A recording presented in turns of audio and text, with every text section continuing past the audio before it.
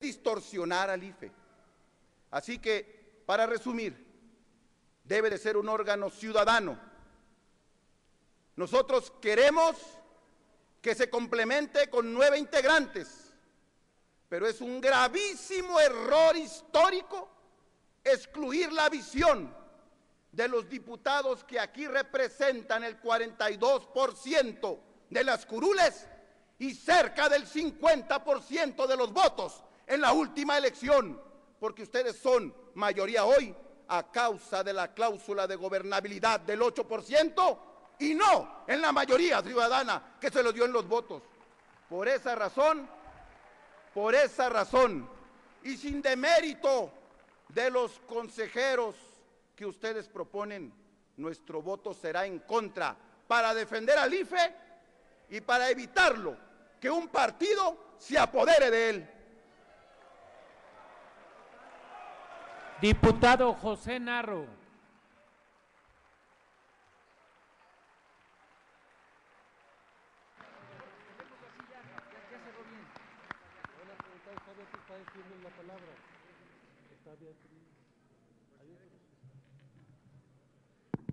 Bueno,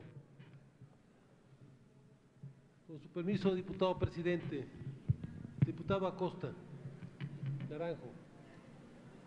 En 1988 se dio un gran fraude electoral. Vivíamos en un sistema de partido único, de partido de Estado.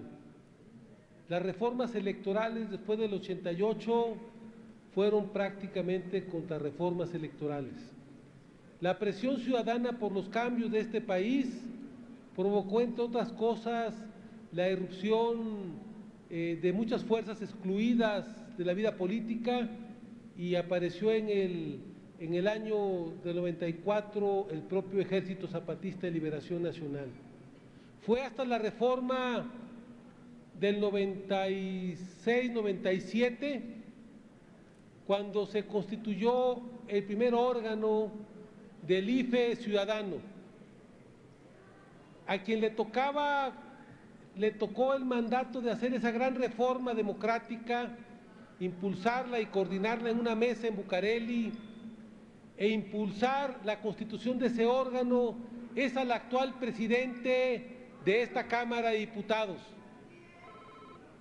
Y yo me acuerdo que las reglas eran muy claras, que todos los partidos allí hacían propuestas y que se iban a buscar los mejores consensos y a personalidades que buscaran representar esa aspiración democrática de la ciudad, de los mexicanos. Hoy, en este planteamiento que se nos presenta, ¿usted ve esa aspiración o ve un esquema de regresión política hacia ese viejo modelo de partido de Estado, ese viejo modelo y sistema de partido único? Con gusto. Primero debo de expresar mi reconocimiento personal al papel que en su momento cumplió Emilio Choyfet. Él fue parte de la construcción en un proceso paulatino y sucesivo de un órgano electoral que dejara de ser parte del aparato de Estado, como lo era en su momento, para convertirse en un órgano ciudadano. Aquí hay varios que han sido consejeros ciudadanos de distintos partidos y quien ha presidido también a ese órgano. Yo veo que lo que hoy estamos haciendo es un franco retroceso, un claro retroceso, y me parece un gravísimo error histórico del Partido Revolucionario Institucional, que desgraciadamente está llevando a la polarización en vez de buscar el consenso y el acuerdo de los actores participantes. Debo de recordar que los primeros 6 consejeros ya nombrados se nombraron por consenso de las fuerzas políticas. siendo el PRI solo 100 integrantes de la bancada, participó plenamente en el nombramiento de los 6 y quedó plenamente satisfecho. Su voto se expresó. No sacamos mayorías y minorías, no sacamos como argumento bajo ninguna circunstancia que éramos una fuerza mayoritaria en este pleno. Los 2 partidos que hemos votado en contra de esta terna teníamos entonces cerca de 400 votos y tuvimos la responsabilidad y la altura de miras para construir un acuerdo con quien era entonces la tercera fuerza electoral. Por eso, a eso es a lo que llamo yo al Partido Revolucionario Institucional, que retome el camino del acuerdo, del consenso, de la integración y abandone en este tema tan importante el muy mal discurso de las mayorías y de las minorías. Eso no honra el espíritu con cual fue construido el Instituto Federal Electoral. Para alusiones personales tiene la palabra la diputada Beatriz Paredes. ¿Quiere hacer una pregunta al orador? ¿Acepta este? Sí, con todo gusto, señor. Muchas gracias, diputado Felipe Enríquez. Gracias, señor presidente. Primero, como antecedente, tal vez no tenga claro los datos el compañero diputado orador, pero el PRI y el PRI en alianza con Verde ganaron 188 distritos de mayoría. Y el PRD solo obtuvo el 12.20% de los distritos y de la votación. ¿Quién se benefició con la representación proporcional? Sin duda fue el PRD, solo como aclaración. Mis preguntas. Primera, usted hablaba de una propuesta que se le ofreció al PRD un consejero. Yo le pregunto, si se le hubiera ofrecido un consejero al PRD y uno al PAN, ¿hubiera aceptado? Y segundo, ¿qué opina usted?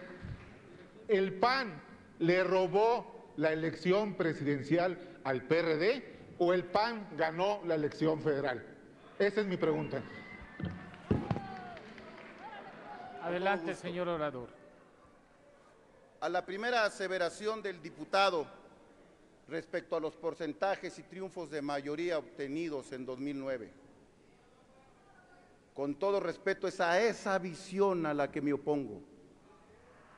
Porque exactamente ustedes tenían 100 diputados en la anterior legislatura y el PAN y el PRD cerca de 400 y nunca, jamás intentamos excluir, cometer la insensatez de hacer a un lado a un partido de la importancia, el tamaño nacional, la historia, las responsabilidades de gobierno que es el PRI.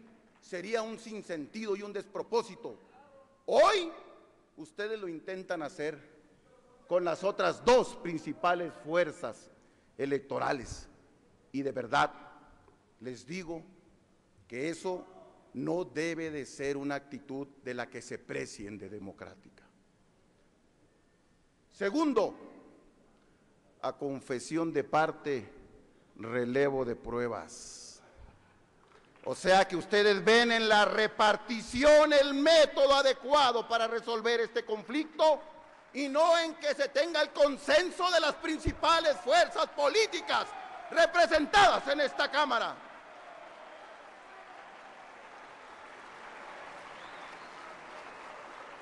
Y tercero, mi opinión respecto a la elección de 2006 está consagrada en muchísimos lugares. Yo creo que precisamente las irregularidades de esa elección son los que motivaron la reforma constitucional en materia electoral, tener un nuevo código federal y hacer una sustitución consecutiva en tercios de este órgano electoral, porque necesitábamos rehacer el andamiaje democrático lastimado en 2006. Por eso hicimos ese gran acuerdo. Pero hoy ustedes, que cuando fueron 100 diputados, fueron tratados como debe de ser por quienes eran mayoría, hoy que son mayoría, no reflejan lo que en verdad están pensando del país. ¿A qué quieren llegar al gobierno y de qué malas artes se quieren aprovechar para poder obtener una mayoría que no les dio el pueblo de México? Muchas gracias. El diputado Héctor Pablo Ramírez. Señor, ¿Acepta usted, señor orador? Con todo gusto. Adelante. a ver, Guadalupe, acá estoy. Perdón, no, sí, diputado, con todo respeto. Diputado Acosta Naranjo, hoy estoy viendo que te desgarra las vestiduras hablando de democracia y de no avasallar en el Parlamento al partido mayoritario, como es el Partido Revolucionario Institucional, que nunca lo han hecho. Yo te quiero preguntar, Guadalupe, tú que estuviste de cerca, ¿qué opinas que en el 2010 el PAN y el PRD avasallaron en Oaxaca con todos los consejeros electorales? No le dieron uno solo al PRI. En el 2010, siendo Gabino Cue gobernador del estado, eligieron presidente y todos los consejeros electorales PRI y PAN. Y el PRI es partido por partido mayoría en Oaxaca. ¿Qué opinas? Si eso que sucede en Oaxaca no está sucediendo en el Congreso y eso se llama congruencia. Dímelo. Señor diputado, si esa hubiera sido la decisión del PRI de quedar excluidos, terminaron votando a favor del Consejo Electoral. No puede ser votado si no es por 2/3 de las cámaras locales, también los organismos electorales en los estados. Y ningún partido en ningún estado de la República, ni a nivel federal, puede por disposición constitucional tener más del 60% de los escaños de ningún Congreso.